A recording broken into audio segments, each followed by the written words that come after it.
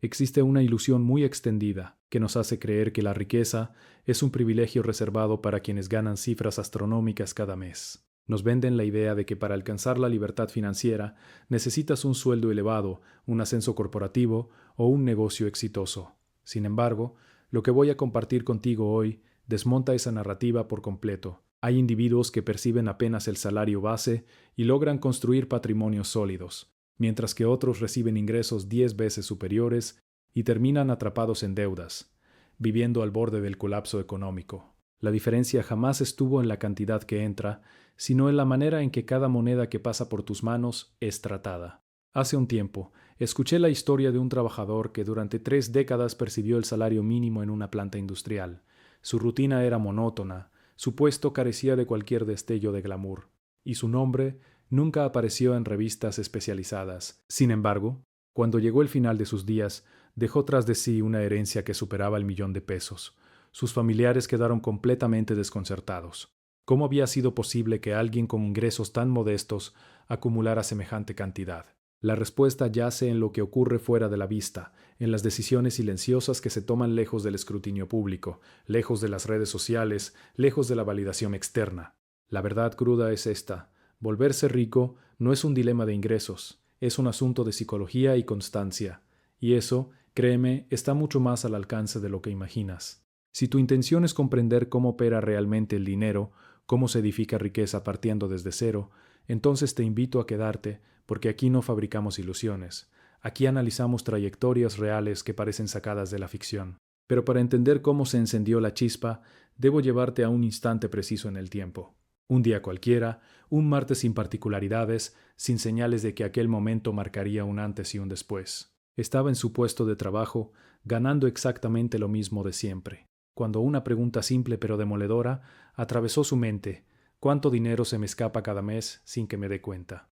Esa interrogante lo atrapó, lo persiguió, lo llevó a hacer algo que la inmensa mayoría evita por completo. Se sentó, tomó una hoja y registró cada peso que salía de su bolsillo. Cada café, cada entrega a domicilio, cada servicio de entretenimiento que olvidaba que seguía activo. Lo que halló fue escalofriante. Estaba desperdiciando el 30% de su sueldo en gastos que ni siquiera recordaba haber realizado. 30%. Detente un momento a reflexionar. Si percibes 1,000 pesos al mes, estás arrojando 300 al vacío. Si recibes 2,000, son 600 los que desaparecen, año tras año, década tras década. Ese capital se evapora como si jamás hubiera existido. Es como si llevaras un bolsillo agujereado, y cada jornada, sin percibirlo, dejaras caer monedas. Mucho dinero. La reacción típica ante este descubrimiento es prometerse a uno mismo que dejará de comprar lo superfluo, y durante 14 días se mantiene firme. Luego, la gravedad de los viejos hábitos lo arrastra de vuelta a la rutina, porque cambiar duele, porque la mente humana prioriza el confort inmediato, aunque ese mismo confort esté cavando su propia ruina. Este hombre fue distinto, no solo detectó la fuga, comprendió su origen. Y aquí reside el engranaje oculto que mueve la vida financiera de la mayoría. Nuestro cerebro está cableado para el corto plazo. Evolucionamos para sobrevivir el presente, no para planificar dentro de 30 años. Así que cuando aparece algo que deseas, tu mente susurra: adquiérelo ya. ¿Quién garantiza que estarás aquí mañana? Es un impulso heredado, y ese impulso en la era contemporánea se ha vuelto tu mayor enemigo. Piénsalo bien. Hace 10,000 años, cuando nuestros antepasados habitaban en cavernas, la existencia era frágil, extremadamente breve. La amenaza de un animal salvaje, una fiebre o la escasez de alimento era constante. Por eso la mente se ajustó para capturar placer, ahora para consumir hoy, porque el mañana era una incógnita. Ese mecanismo nos mantuvo con vida, pero en el siglo actual ese mismo mecanismo nos está consumiendo. Ahora vivimos 60, 70, 80 años, pero nuestra neurología sigue operando bajo la premisa de que solo tenemos 3 décadas. Sigue exigiendo gasto presente, y eso, en un mundo donde la longevidad es la norma, es una fórmula segura para el fracaso. Entonces, ¿cuál fue su respuesta? No se negó todo placer. Eso es insostenible y termina en rebote. Lo que aplicó fue una estrategia más astuta. Automatizó su ahorro. Cada vez que llegaba su pago, lo primero que hacía era enviar el 30% a una cuenta distinta, una cuenta que no consultaba, una cuenta que no tocaba bajo ninguna circunstancia. Con el resto cubría sus necesidades sin remordimientos, porque ya sabía que lo fundamental estaba resguardado. Este punto es vital, porque la mayoría ahorra lo que sobra. ¿Y sabes qué sobra cuando gastas primero? Absolutamente nada. Es como afirmar: guardaré lo que me quede después de comprar todo lo que deseo, pero eso nunca ocurre. Siempre aparece algo más que anhelar. Siempre hay una excusa para deshacerte de ese excedente. Cuando ahorras primero, tu mente se reajusta. Aprendes a administrar lo que resta. Y eso, históricamente, es lo que traza la línea entre quienes construyen patrimonio y quienes permanecen en la escasez. No es que ganen más, es que gastan sistemáticamente menos de lo que reciben, año tras año, década tras década. Permíteme ilustrarlo con un caso práctico. Imagina que percibes 2,000 pesos mensuales. Esa es la base salarial en numerosas regiones. La mayoría consume la totalidad: vivienda, alimentación, transporte, ocio, todo se esfuma. Pero este hombre actuó de manera distinta. Automatizó 600 pesos, el 30%. Eso implicaba vivir con 1,400 pesos. ¿Cómo lo logró? Sencillamente eliminó gastos invisibles. Canceló servicios que no utilizaba, redujo la frecuencia de comer fuera, comenzó a preparar sus alimentos. En casa, dejó de adquirir prendas que no necesitaba, pequeños ajustes, modificaciones que no exigen martirio extremo, solo orden. Y aquí reside la clave. Tras un mes, su rutina se normalizó. Tras 3 meses ni siquiera notaba la diferencia. Su mente se había adaptado. Vivir con 1,400 pesos se volvió su nuevo estándar, y esos 600 pesos viajaban cada mes hacia la cuenta reservada. Pero detente aquí, porque llega la parte que la mayoría ignora. Guardar dinero es solo el umbral. La verdadera fuerza emerge cuando pones ese dinero a trabajar. Este hombre no solo ahorraba, invertía, y aquí es donde ocurre la transformación silenciosa, porque el capital que permanece quieto en una cuenta tradicional no genera riqueza. Hace algo, pero algo negativo. Pierde valor. La inflación, año tras año, carcome tu poder de compra. Si posees 1,000 pesos en una cuenta común y la inflación ronda el 3% anual, al cabo de un año, ese dinero solo equivaldrá a 970 pesos. Estás perdiendo sin mover un dedo, pero cuando inviertes, el dinero trabaja por ti. Mientras descansas, mientras laboras, mientras vives tu día a día, ese capital se multiplica. Históricamente, los mercados amplios han ofrecido un retorno promedio del 7% anual. Parece modesto, ¿cierto? Pero observa la progresión. Si colocas 100 pesos hoy, en un año, tendrás 107. En 2 años, 114. En 5 años, casi 200. En 30 años superarás los 700. En 40 años rozarás los 1,000. Esa es la fuerza del interés compuesto. Albert Einstein lo denominó la octava maravilla del mundo, y no exageraba. Pero aquí está lo que rara vez te mencionan. Ese 7% solo opera si tienes capital para asignarle. Y para tener capital que invertir, primero debes dejar de derrocharlo en lo prescindible. Es un ciclo, un engranaje que se activa con una decisión elemental: gastar menos de lo que recibes. Regresemos a nuestro protagonista. Cada mes, 600 pesos fluían hacia su vehículo de inversión. Tras un año, acumulaba una base sólida. Tras 5 años, alcanzaba los 36,000 pesos. Tras 10 años, los 72,000 pesos. Pero aquí viene el detalle crucial. Esos 72,000 no permanecen estáticos. Están creciendo, generando ese 7% anual. Así que tras 15 años, supera los 130,000 pesos. Tras 20 años, rebasa los 200,000. Tras 30 años, asciende por encima de los 600,000. Y tras 40 años, cruza la barrera del millón. 1,000,000 de pesos. Partiendo desde el salario mínimo, sin fórmulas mágicas, sin genio innato, sin golpes de suerte, simplemente ahorrando 600 pesos mensuales y canalizándolos al mercado. Pero aguarda, porque hay un elemento adicional, un hallazgo que este hombre descubrió y que aceleró todo. No solo ahorró, no solo invirtió, también buscó expandir sus ingresos. Porque aquí yace la verdad incómoda. Si percibes el salario base, apartar el 30% resulta arduo, muy arduo, porque cada peso es necesario para la supervivencia diaria. Así que lo que hizo fue explorar vías para generar más. No renunció a su empleo, eso hubiera sido lo predecible.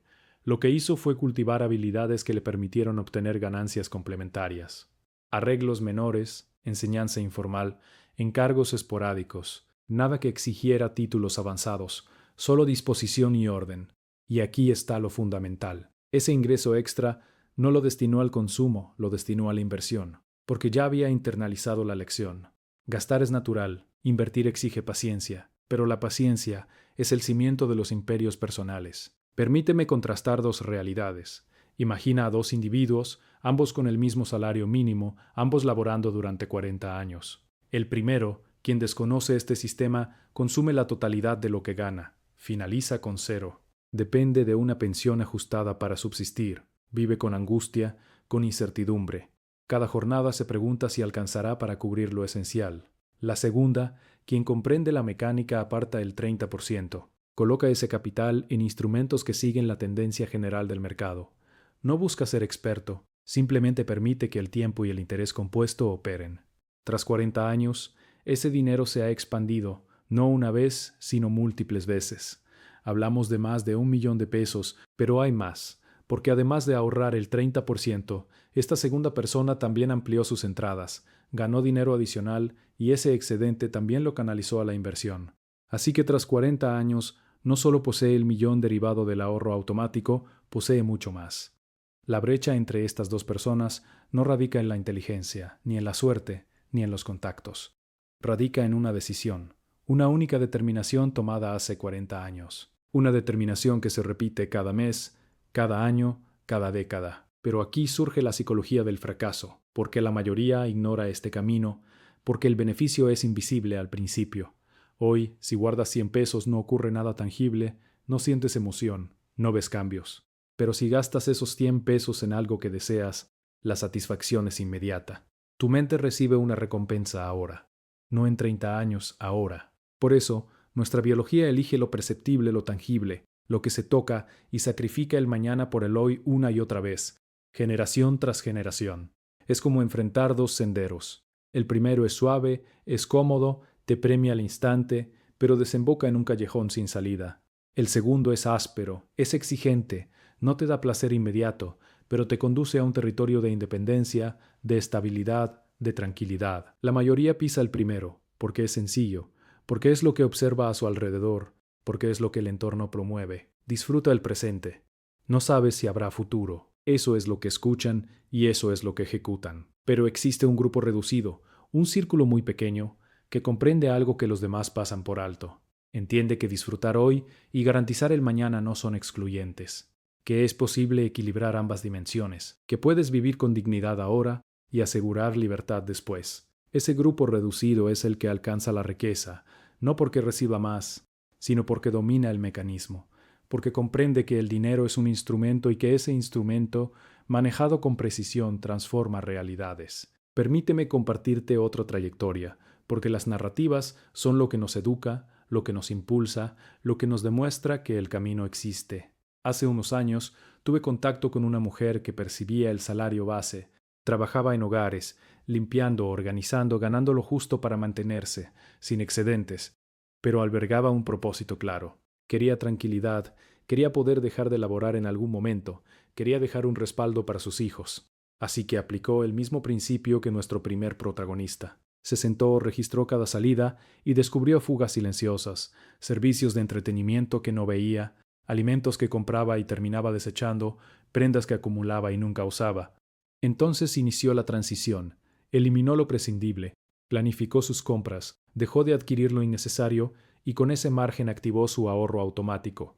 Cada mes, una porción fija viajaba a una cuenta reservada, pero ella dio un paso adicional. Además de ahorrar, buscó ampliar sus entradas, tomó encargos los fines de semana, realizó labores de reparación textil, pequeñas actividades, pero cada peso extra lo destinó a la inversión.